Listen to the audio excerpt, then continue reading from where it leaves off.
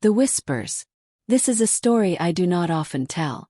I promise, sincerely, that this has scarred me for life, and although I have looked into psychological explanations for what I heard and natural explanations for what occurred, they remain unsatisfactory. When I was a child, I was scared of the dark.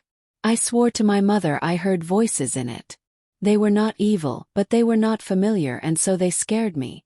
It was not uncommon in the middle of the night for me to wake up and hear whispers, as I would call them when asking my mom. She figured they were just bumps in the night, and typical kids' nightmare material. I tried often to explain to her that it was more than that they sounded different from one another the way people's voices do. On some nights I would get so scared from these whispers that I would sleep in my mom's bed with her. It was an added bonus that the bathroom was directly outside of her bedroom door for my late-night tinkles. I should add at this point that when walking out into the hall to go to the bathroom, you look directly down the stairs that would lead you into my living room on the first floor, as my mom's bedroom was on the second floor. On one such night around Christmas, I awoke and felt the need to relieve myself. I walked out from the door and distinctly heard the phrase, "Look." And to my astonishment, a red light, almost like a spotlight, was cast upon the wall at the very bottom of the stairs. The light had no other source, it was by itself, and I was transfixed by it. Being a little kid, and it only being a few days from Christmas, I knew what this light was. It was Santa. How else could he get into my house to know I was being a good boy?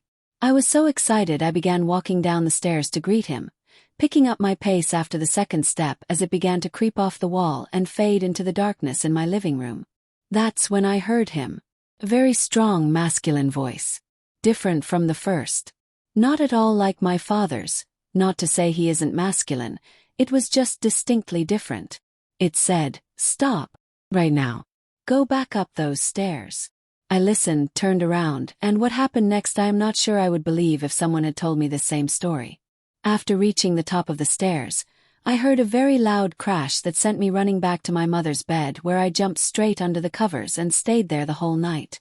When we awoke the next morning, the poinsettia lights, little Christmas flower lights that glowed red, my mother had put on the railing down the stairs were pulled straight down to the bottom of the stairs, some broken from what seemed like a forceful tear, laying in a single pile.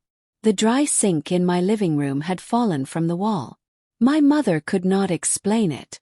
My father was worried we had been the victims of a home invasion. My sister was crying. There was nothing missing, nobody had broken in. There did not seem to be any reason this had happened. And then I saw it, and I kept quiet about it because I was so afraid that I could not force words out of my mouth. There, on the edge of the wooden dry sink which had been facing up, were 3 indentations where the finish on the wood had been worn, almost as if in a forceful grip. Something down there had grabbed it and threw it down. That was what the bang was. I was mortified. After that day, I never heard a single voice again. I do not like to imagine what was waiting downstairs for me that night, if it was anything at all, but I can tell you that the reality was that something had physically acted upon 2 things in my house near the bottom of that stairwell. After this, I had never heard another whisper again. Which is sad, because in some ways I would have liked to thank the man, masculine energy, that had stopped me from going down those stairs. This happened when I was 7. I am 20 years old now, and because of this incident I am still afraid of the dark. Especially shadowy stairwells.